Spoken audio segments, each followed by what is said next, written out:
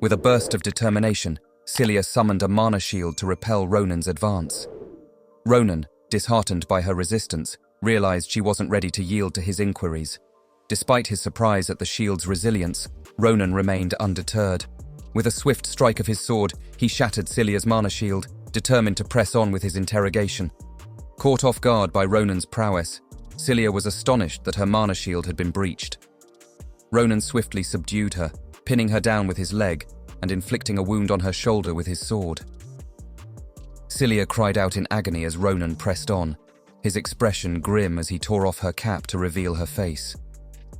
Ronan was taken aback to discover that Celia was a half-elf. He found it perplexing that someone of her heritage would be aligned with such a magician. Before he could press her for answers, a magic skill named Explosion was unleashed at him. Unfazed, Ronan remained resolute. Ronan swiftly intercepted the attack with his sword, slicing it in half. Surprisingly, the fragmented blast struck the massive rock giant looming behind him. Ronan was convinced he had severed Edouard's limbs, yet he was confounded by Edouard's sudden transformation. Edouard's body was now enveloped in intertwining vines as he warned Ronan to steer clear of Celia. Ronan calmly informed Edouard that he hadn't fully comprehended their predicament. Without hesitation, he drove his sword into Celia's leg. Edouard recoiled in fear at Ronan's unwavering determination. With an intense gaze, Ronan proclaimed their inevitable fate. He withdrew his sword from Celia's leg and relentlessly stabbed her in the same spot repeatedly. Ronan issued a stern ultimatum to Edouard. Either they comply with his demands, or he proceeds with Celia's amputation. Edouard was visibly shaken by the threat. Ronan inquired if Celia's body parts would regenerate like his after amputation. Edouard relented, relinquishing his magic and agreeing to Ronan's terms. With a sigh of relief, Ronan withdrew his sword from Celia's leg, expressing his reluctance to cause further harm. Ronan warned Edouard of the dire consequences if they were to meet their end in that place. However, when he glanced down at Celia, he found her smiling maniacally, which puzzled him. As he looked up, he noticed the colossal hand of the crystal rock giant hurtling towards him. Ronan, caught off guard, quickly wielded his sword to deflect the attack. Despite his efforts, he was overpowered and flung against a boulder. Approaching Celia, Edouard assessed her condition. Celia assured him she was fine, expressing gratitude for his earlier action that distracted Ronan. She explained that had Edouard not diverted Ronan's attention with his attack, she wouldn't have been able to disrupt Ronan's perception with magic or activate the rock giant. Celia updated Edouard, mentioning that while she could only activate the giant's hand, she believed Ronan was severely wounded. Edouard instructed her to return to the church and report the situation. He resolved to confront Ronan himself. Celia cautioned Edouard to be cautious, describing Ronan as a monster disguised in a child's form. Edouard reassured Celia that he would proceed with caution. He acknowledged that Ronan was not a mere child, but a formidable adversary. Edouard reasoned that failure to eliminate Ronan now would pose a significant danger in the future. Determined not to succumb to Ronan again, he steeled himself for the confrontation. However, his resolve was shattered when Ronan swiftly incapacitated him by severing his lower body parts as soon as he rose. He sliced Edouard into fragments, his face twisted into a chilling grimace. Turning to Celia, he reminded her of his earlier warning, his demeanor striking fear into her heart. Celia recoiled in horror at the sight of Ronan, unable to fathom the immense power wielded by someone so young. Frantically, she conjured a magic spell, panic consuming her. Inquiring about Ronan's ability to move despite severe injuries, she questioned him. Ronan's response was resolute. He vowed never to release them. However, as soon as the words left his lips, agonizing pain surged through his body. The wounds sustained in the battle were taking their toll, leaving him bewildered by his body's refusal to obey his commands. Confounded by her predicament, Celia seethed with frustration, recognizing the futility of confronting Ronan. Resolved to seek assistance, she resolved to return to her church and report the dire situation. Opening a portal, she warned Ronan to brace himself. With a chilling expression, she declared her intent to uncover his secrets and strip him of everything he held dear. Pledging to end his family, lover, and friends, she issued a chilling vow. Ronan's reaction to Celia's words was one of frustration with himself. Finally grasping a glimpse of the future, he was determined not to let it slip away, nor to allow history to repeat itself. With a sudden surge of emotion, he extended his hand and unleashed a scream of defiance at Celia. Amidst his own cries, he implored her to cease her movements. Suddenly, Navaros emerged, commanding Celia to halt with a menacing tone. The sound of Navaros's voice sent shivers down Celia's spine, freezing her in place with fear. Navaros then informed her of the many questions she had in store. Ronan, taken aback by Navaros's appearance, watched in astonishment. With a firm resolve, Navaros declared her intention to confirm something with Celia. As she spoke, her aura coiled into the form of a colossal snake, poised to strike at Celia. With a terrifying expression, Navaros demanded to know what had emboldened Celia to lay hands on her disciple. Addressing Ronan, Navaros acknowledged she was aware of the recent events. Ronan grinned in response, remarking on her impeccable timing. Ronan expressed his surprise at encountering Navaros in such surroundings, but she paid him no heed. Instead, she remarked on his apparent energy to engage in conversation. With a stern expression, Navaros emphasized the urgency of attending to Celia.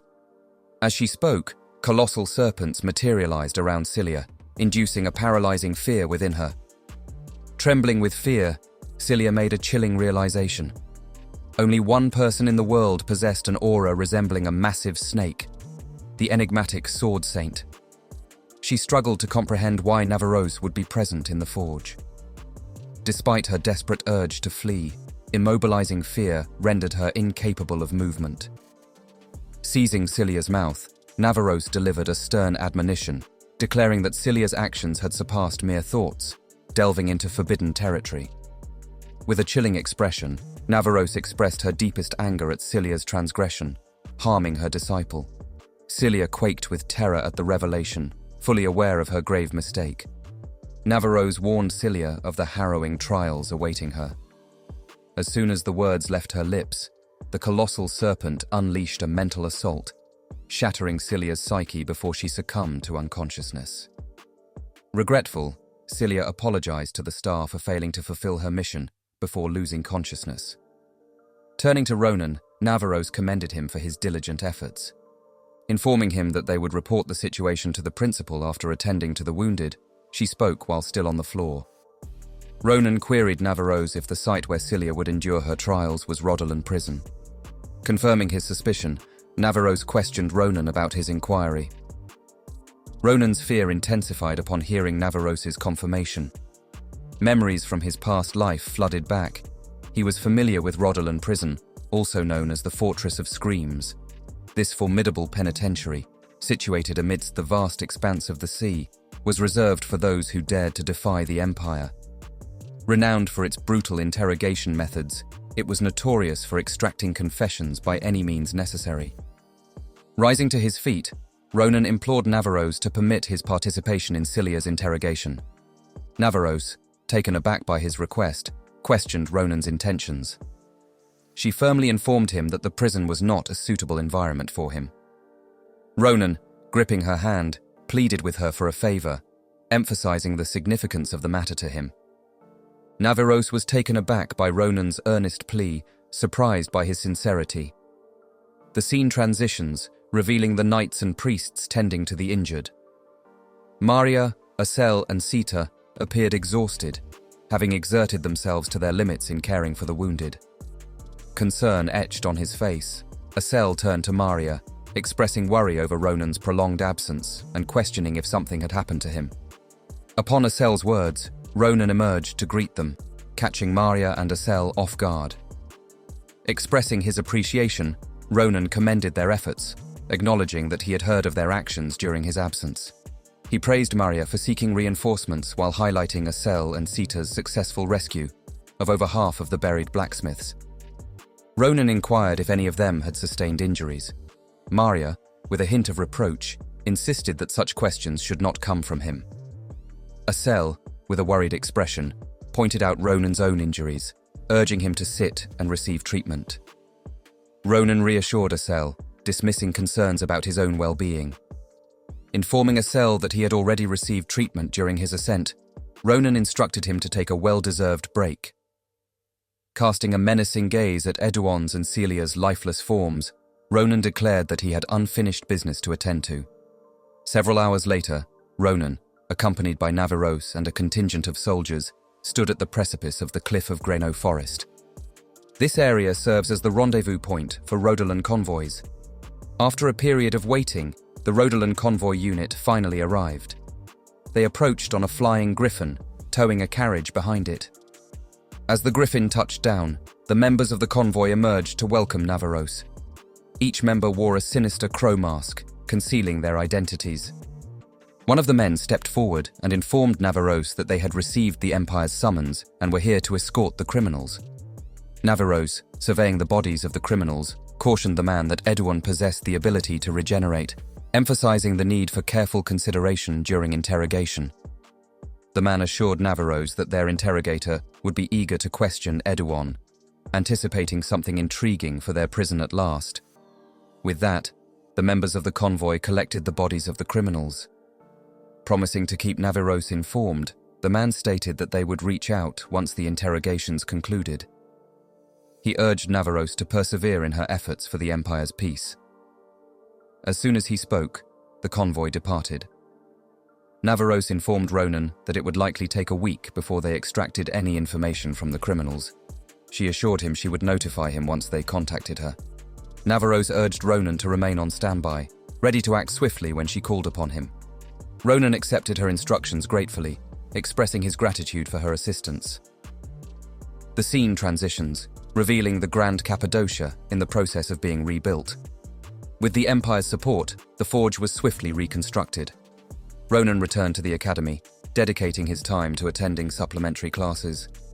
Several days later, within the confines of Rodolan Island prison, a man grimly employed pliers to extract a prisoner's teeth, causing agonizing screams to echo. Amidst the torture, the interrogator paused, realizing an oversight. With a chilling expression, he declared that it was time for some anticipated guests to make their arrival. As the scene transitions, the interrogator removes his mask, revealing an elderly man. Stepping out of the cell, he warmly greeted Navaros and Ronan, introducing himself as the interrogator responsible for the criminals and their escort. With a smile, he disclosed his name as Karaka. Karaka inquired if they wished to meet the criminal immediately. Navaros affirmed their interest, expressing a desire to receive updates on the interrogation's progress as they journeyed to the cell. Karaka agreed to this arrangement and gestured for them to follow. Ronan, taken aback by Karaka's presence, registered his surprise. Expressing his disbelief, Ronan remarked to Navaros that he hadn't expected the interrogator of Rodolan to appear as a kindly old man. He confessed his skepticism about the man's true role as an interrogator.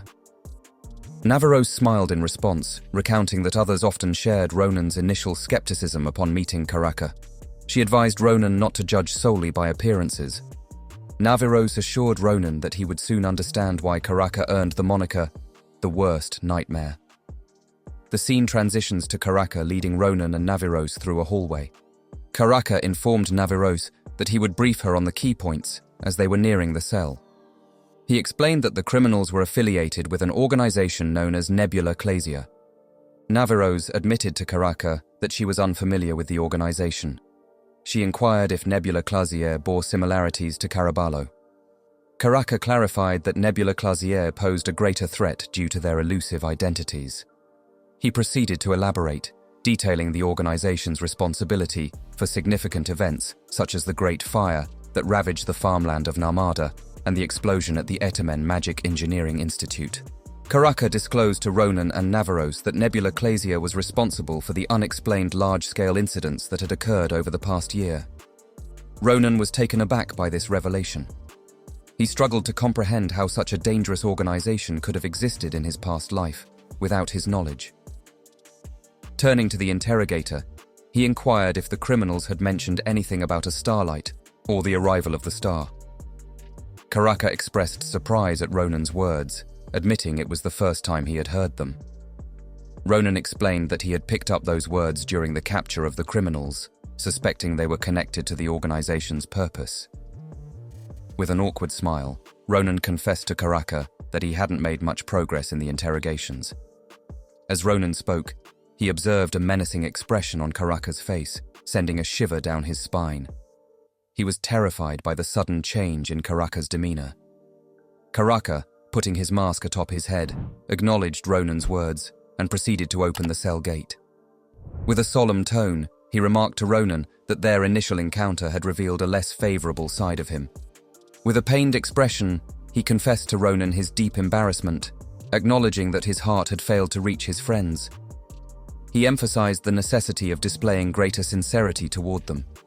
Ronan was stunned by what he saw inside the cell. He couldn't fathom how the once arrogant and proud criminals had been reduced to such a pitiful state. Karaka shared with them that Edouan was an intriguing acquaintance of his, adept at regenerating his body using a distinctive form of black magic. He selected a torture device and suggested that continuously inflicting wounds on Edouan would prevent his regeneration. With a grim determination, he stabbed Edouan, illustrating the outcome of his relentless efforts to sever Edouan's limbs. Pointing his torture device at Ronan and Navaros, he revealed that he and Edouan had formed a close bond. With a chilling intensity in his gaze, he expressed to Edouan his belief in their closeness and his disappointment at Edouan's secrecy. Gripping Edouan's hair, he urged them to open their hearts to each other. Edouan was gripped by fear upon hearing Karaka's words, tears welling up in his eyes. He insisted to Karaka that he had already disclosed everything he knew. Karaka pressed Edouan about Ronan's mention of the star's arrival, causing Edouan to hesitate. Observing Edouan's reluctance, Karaka expressed his hope of receiving an answer from him. Karaka disclosed to Edouan that Cilia lacked any regenerative ability, making her susceptible to torture. Cilia trembled upon hearing Karaka's words. Karaka warned Edouan that further pain could prove fatal for Cilia. Desperate, Cilia pleaded with Karaka to end her life. Ronan watched in astonishment at the unfolding events. Even in his military experience, Ronan had never witnessed brutality to this extent. As Edouan trembled under the searing heat of the torture device aimed at his face, Ronan pondered the logic behind Edouan enduring such agony to protect his organization's secrets. It seemed illogical to Ronan that Edouan would continue to hide secrets even after his identity had been exposed. Ronan suggested to Karaka that Edouan might not be refusing to speak, but rather he could be unable to do so. Navaros expressed surprise at this revelation. Ronan elaborated, explaining that it was sometimes done to soldiers entrusted with sensitive information on the battlefield. Magicians would cast a sealing curse on these soldiers to prevent them from divulging any information to the enemy. Upon hearing this revelation, Karaka released Edouan. He admitted to Ronan his embarrassment at overlooking such a crucial detail. Karaka then informed Ronan and Navaros that he needed to retrieve something important. Moments later, Karaka returned with a mysterious creature, introducing it to Ronan and Navaros as the Curse Eye. Karaka explained that the Curse Eye was a creature that devoured curses. He informed them that the Curse Eye was particularly useful in interrogating speechless criminals afflicted by various curses.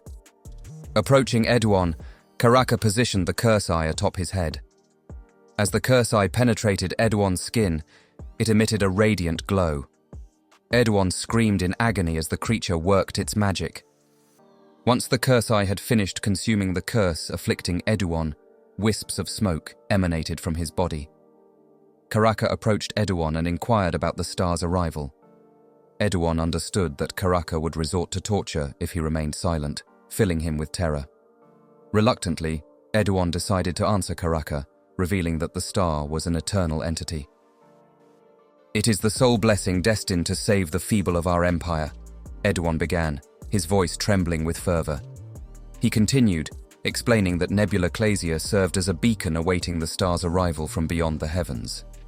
Cilia listened in shock as Edouan elaborated, expressing the organization's lifelong aspiration to eradicate anything that might hinder that impending day.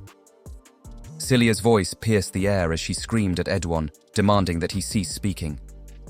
Karaka intervened, deeming Edouan's explanation too lengthy, and urged him to get to the point. Karaka then pressed Edouan to clarify what was set to descend from the sky.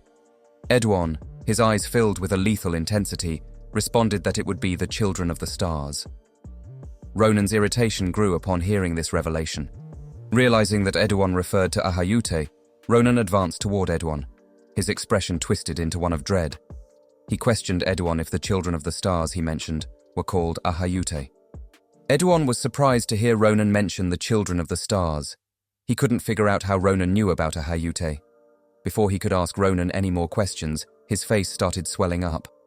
Ronan was alarmed by this sudden change, unsure of what was happening. Karaka quickly intervened, placing his hand on Ronan's shoulder and instructing him to step back. Karaka activated a spell as soon as Ronan moved behind him. A sudden burst of light erupted from Edouan's face, causing his body to explode. Fortunately, the protective spell Karaka activated shielded him and Ronan from the explosion. Karaka was taken aback by the unexpected explosion of Edouan's body. He hadn't anticipated any issues after the curse was absorbed. Surprised to find only scattered fragments of flesh remaining, Karaka surveyed the aftermath in astonishment. Ronan inquired of Karaka whether such occurrences were common during interrogations. Karaka responded that such events rarely unfolded, explaining that interrogations seldom escalated to such extremes. He elaborated, informing Ronan that the curse on Edouan's body was cast in 2 segments. The initial part prohibited divulging anything regarding the children of the stars to non-members of their organization. Cilia trembled upon hearing Karaka's revelation. Karaka then informed Ronan that the second part of the curse was that organization members would explode if they uttered words related to the children of the stars, or the stars' advent. He placed his hand on Ronan's shoulder and asked, in a chilling tone, about the nature of Ahayute. Ronan was taken aback by the question. Karaka quickly discerned that the term Ronan had mentioned was a secret within Nebula Clasia. He questioned Ronan about how he had come to possess such confidential information. Activating his magic, Karaka asserted that as an interrogator, he needed to be privy to all aspects of the case. Wearing a terrifying expression, Karaka demanded that Ronan disclose what he knew. Ronan felt fear grip him as he observed Karaka's demeanor. He explained to Karaka that he had stumbled upon the information by chance. Karaka pressed him to elaborate. Ronan revealed that he had been the initial encounter with Edouan and Cilia. Ronan confessed to Karaka that he had overheard the word while eavesdropping on them. Initially, he hadn't considered it significant, but after witnessing the interrogation, he had a change of heart. Realizing the word's importance, he became intrigued and decided to question Edouan about it. Ronan gently removed Karaka's hand from his shoulder and offered an apology for interrupting his investigation. He inquired whether his explanation sufficed. However, Karaka remained skeptical of Ronan. It seemed implausible to Karaka that Ronan had stumbled upon such vital information by chance. He harbored doubts about Ronan's honesty and was convinced that Ronan was still concealing the truth. Observing Ronan's eyes, Karaka discerned that Ronan posed no threat to the Empire. However, he couldn't quite determine whether Ronan's gaze reflected strong willpower or a sense of responsibility. Soon, Karaka realized that Ronan's eyes harbored neither of these qualities. Instead, they brimmed with an intense fury, directed towards Nebula Clasia. Karaka was taken aback by the intensity of Ronan's resentment. As Karaka was absorbed in Ronan's gaze, Navaros swiftly drew her sword and held it against Karaka's neck. She demanded that he cease his actions. Her face twisted with anger. She questioned Karaka's audacity in considering interrogating her disciple in her presence. Panicked by Navaros's swift action, Karaka released Ronan and attempted to justify himself to the unprecedented sword saint. He claimed that he only wanted to double-check matters and emphasized the importance of caution. Karaka then offered a polite apology to Ronan for any inconvenience caused. Ronan reassured him, expressing understanding, and conveyed that the misunderstanding had been resolved. Ronan felt relieved when Navaros stepped in, sparing him from Karaka's interrogation. He had been fearful of facing Karaka's questioning. Karaka expressed regret over losing the curse eye that perished alongside Edouan. He explained that curse eyes were exceptionally resilient creatures, difficult to kill unlike most fantastical beings. Ronan found this revelation surprising. Ronan inquired about the power of curse eyes, to which Karaka confirmed their considerable strength. Karaka then offered Ronan the opportunity to touch the curse eye. However, as they observed the creature, they noticed something peculiar. It was emitting a glow. Perplexed, Karaka couldn't fathom when the curse eye had absorbed a curse. Karaka was confident that the curse eye hadn't come into contact with Cilia. He deduced that the curse eye must have absorbed a curse from Ronan.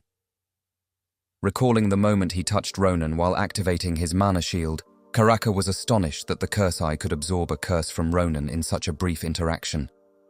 Karaka seized Ronan's hand and offered an apology for his earlier rudeness. Placing the curse eye on Ronan's hand, Karaka's actions left Ronan bewildered. Ronan questioned Karaka's intentions. As the curse eye began to absorb the curse from Ronan's body, it quickly became apparent that the curse within Ronan was overwhelming for the creature to bear. The curse eye detonated suddenly, leaving Ronan bewildered by the unexpected turn of events. Puzzled, he turned to Karaka and inquired about the cause of the creature's spontaneous explosion. Karaka expressed surprise at the curse eye's inability to withstand the curse. Urging Ronan not to be alarmed by what he was about to reveal, Karaka disclosed that Ronan himself was cursed. Ronan was taken aback by Karaka's revelation and requested further explanation. Karaka then inquired whether Ronan had ever experienced limitations in his daily activities. He questioned whether Ronan found it challenging to perform tasks like running or grasping objects made of steel. Karaka probed Ronan about any disparities in his abilities compared to others. Ronan came to the realization that he had never experienced a normal circulation of energy throughout his body. Alongside Navaros, they speculated that this anomaly could be attributed to his curse. Seeing the confirmation in Ronan's eyes, Karaka acknowledged the validity of his assessment. He assured Ronan that he wouldn't press him for further details if he wasn't comfortable discussing it. Furthermore, Karaka admitted that he lacked a solution to Ronan's affliction. Wearing a horrified expression, Karaka informed Ronan that he was unaware of the curse's originator, but it harbored a significant amount of malevolent intent. Once the interrogation concluded, Karaka accompanied Navaros and Ronan to their carriage. He pledged to keep them updated on Cilia's interrogations once he lifted her curse. Karaka informed them that the interrogations would be protracted due to the curse's potency. Navaros acknowledged this, instructing Karaka to relay any discoveries to her. Observing Ronan's silence, Karaka discerned that he was deep in contemplation. He inquired whether Ronan had much weighing on his mind. Ronan was taken aback by the revelation. He confessed to Karaka that he felt somewhat stunned to discover he was cursed. Karaka attempted to reassure Ronan, advising him not to dwell excessively on the matter. He reminded Ronan of his status as a Filion Academy student. Ronan found this statement surprising, failing to grasp how this information would be of assistance to him. Seeking clarification, Ronan prompted Karaka to elaborate on his statement. Karaka responded with a smile, revealing that within the academy resides an individual with extensive knowledge on curses. This person, Professor Maya Sekrit, stands as the sole mage on the continent possessing such expertise.